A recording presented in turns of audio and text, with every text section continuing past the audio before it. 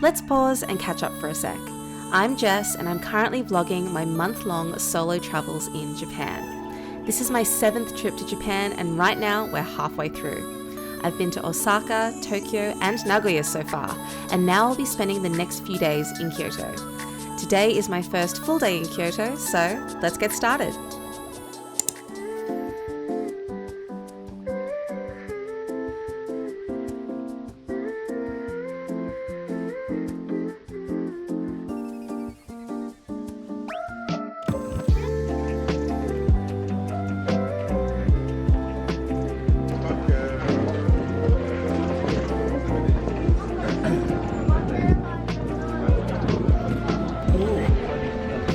I love it around here. This is one of my favorite areas of Japan.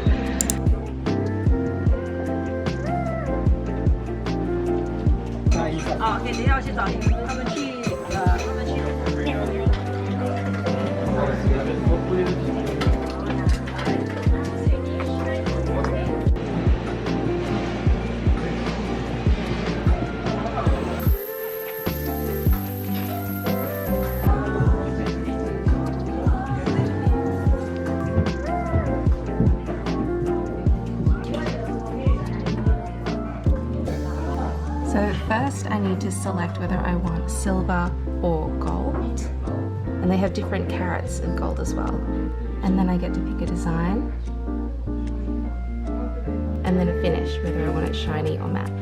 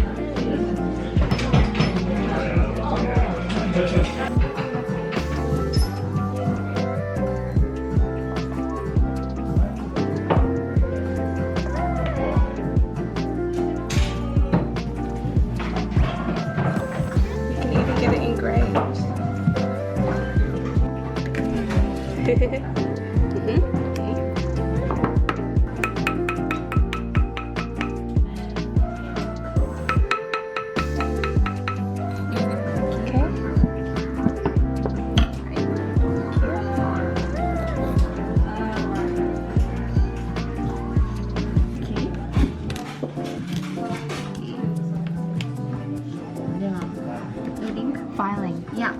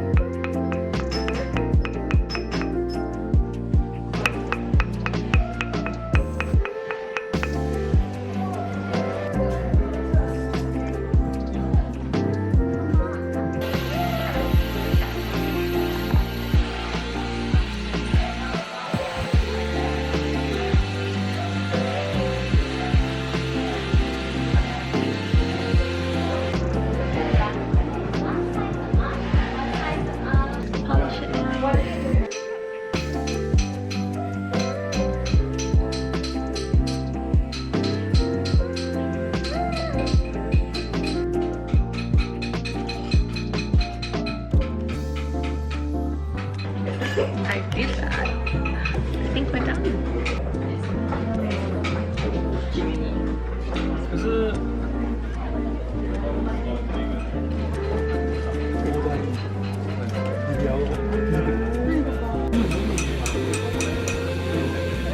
That was super fun and actually really easy.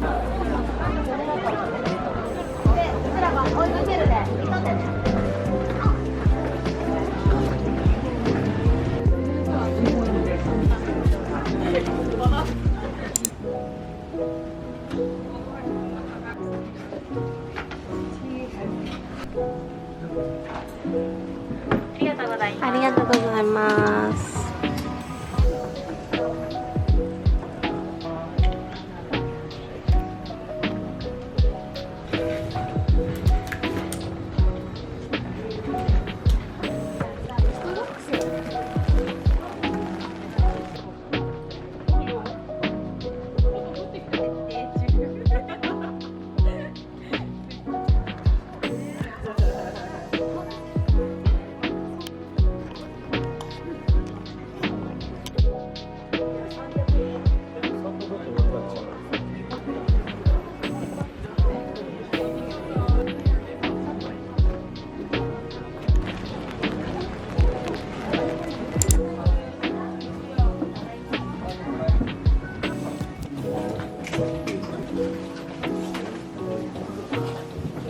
Stop, this is a house poncho. Amazing.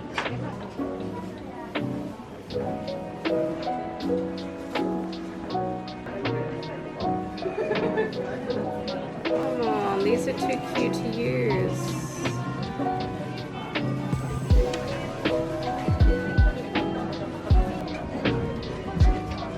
It's a watering can.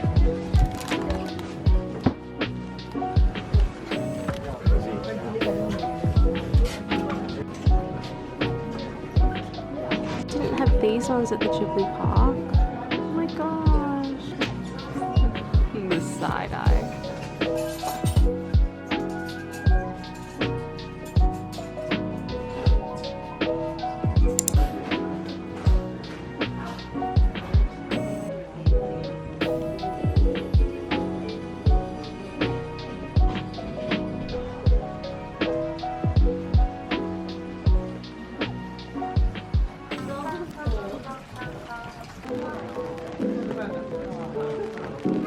Gonna go here for lunch.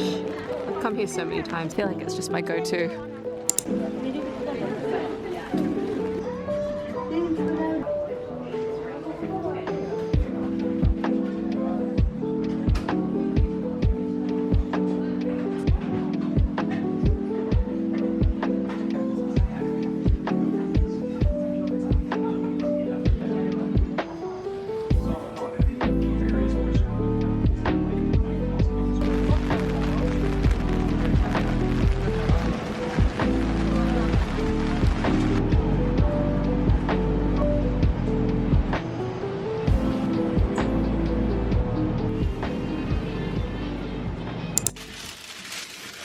Just dumped all of my 7-Eleven stuff in the sink because it is pouring rain outside and it is wet. Because I am staying in an area where there's a lot more like souvenir shops, like little cafes and restaurants that are really open during the day. Most things here will close between 5 and 7 p.m. I did a bit of a bigger 7-Eleven haul, so at least I would have food and I wouldn't have to go out like late at night to go and get dinner or what have you. And for a night like tonight where I don't feel like going out for dinner and I just want to have a meal at home. So first I have 2 of the C1000 vitamin lemon drinks. I have been popping one of these like every day because I do not have time to be sick when I'm on holiday. So they just look like this. Probably way too much vitamin C than I need per day, but like, you know, I'm not taking any chances. I got one of these strawberries and milk ice creams. There's like chopped up strawberries with like a soft serve condensed milk kind of ice cream situation, and then there's like a bear paw made out of whipped cream on the top. It was so good. Like for me, this is a top tier 7-Eleven ice cream. I got these 2 frozen ramens. One is miso, the other one is a soy sauce base. I've already had the soy sauce base one and it was really good. I also got a piece of grilled salmon, some creamy pumpkin salad, and some frozen dumplings. Basically, I got 3 dinners. I have 2 ramens and then I have the salmon, dumpling, and salad kind of meal. Then for breakfast, I like to just have something small before I go out traveling for the day. So I got a pack of 3 bananas and 2 boiled eggs. Like, I'm fully aware that I could just buy eggs and boil them myself. I don't know what they do to the boiled eggs here. They just have this like natural kind of salty flavor and they're so good. So we ain't wasting time. We just got pre-boiled eggs. I will check in with you again tomorrow. Tomorrow I am still going to be in Kyoto, but I have booked a high tea at the Four Seasons Hotel. With the changing of the seasons, they do a new themed high tea. So they have the autumn one on right now. Anyway, I will check in with you guys tomorrow. So I will see you in a bit. Bye.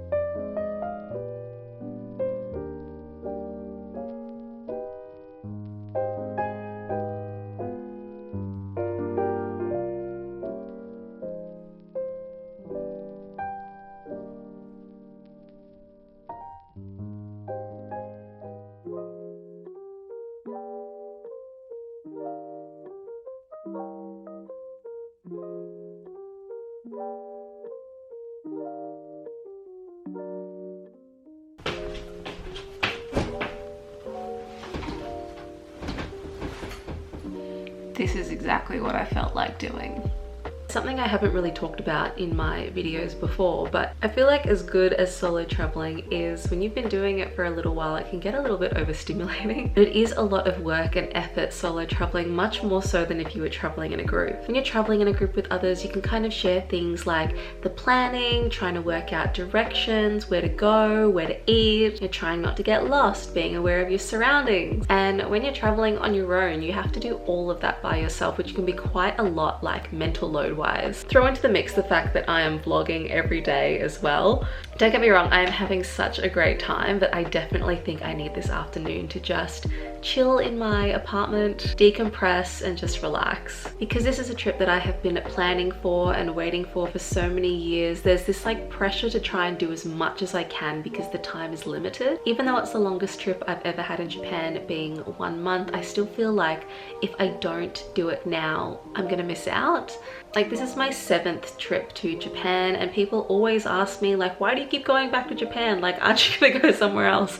And it's because I always feel like I haven't done everything that I wanted to do. And by the time it's the end of the trip and I have to go home, I still feel like, oh, I wish I could have done that, or I didn't have enough time here, or, you know, just this feeling of like it was cut short. And I always had this weird kind of like mourning feeling even when I was doing the things that I wanted to do. So let's say I would go to a location that I had been really looking forward to, and I knew that I had like an afternoon there. When I'd get there, I would still feel like my time is limited here, so I better enjoy it. And I was already kind of missing the place while I was still in it.